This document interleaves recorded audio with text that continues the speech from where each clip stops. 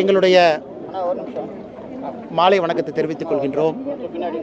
ஈரோடு மாவட்டம் சிவகிரி பகுதியில் விளாங்காட்டு வலசு மேகர தோட்டம் அந்த பகுதியில் நாம் இன்னைக்கு போன செவ்வாய்க்கிழமை இரவு கொடூரமான முறையில் படுகொலை செய்யப்பட்ட ஐயா ராமசாமி கவுண்டர் அவர்கள் அவருடைய துணைவியார் அவங்களுடைய இல்லத்திற்கு சென்று அவங்கள சந்திச்சுட்டு குழந்தைங்கள்லாம் பார்த்துட்டு அதே நேரத்தில் சிவகிரியில் நம்முடைய பொதுமக்கள் எல்லாரும் ஒன்றாக இணைந்து பாரதிய ஜனதா கட்சியினுடைய முன்னெடுப்பில் நம்முடைய கூட்டணி கட்சிகள் எல்லாம் வந்திருந்தாங்க.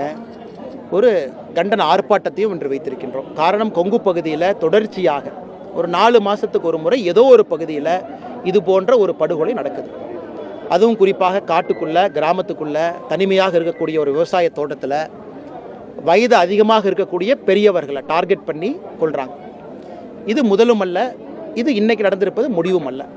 அதனால் ஒரு பக்கம் குற்றங்கள் அதிகமாகிட்டு இருக்கு, குற்றங்கள் எங்கேயும் குறையல. இன்னொரு பக்கம் குற்றவாளிகளை பிடிக்கலாம். அதனால் அரசை பொறுத்தவரை, காவல்துறையை பொறுத்தவரை நாங்கள் 2 வாரம் எல்லாரும் சேர்ந்து 2 வாரத்துக்குள்ளே நீங்கள் குற்றவாளிகளை கைது செய்யவில்லை என்றால் 20ஆம் தேதி வருகின்ற 20ஆம் தேதி செவ்வாய்க்கிழமை சிவகிரியிலிருந்து இந்த பகுதியிலிருந்து தொடர்ச்சியான உண்ணாவிரத அறப்போராட்டத்தை நாங்கள் முன்னெடுக்க இருக்கின்றோம். அந்த 20ஆம் தேதி நடக்கக்கூடிய அந்த முதல் நாள் உண்ணாவிரத அறப்போராட்டத்தில் நான் பங்கேற்க இருக்கின்றேன். காலையிலிருந்து சாயங்காலம் வரைக்கும் இங்கே இருந்து பொதுமக்களை திரட்டி தொடர்ச்சியாக டே பை டே ஒருத்தராக வந்துக்கிட்டே இருப்பாங்க.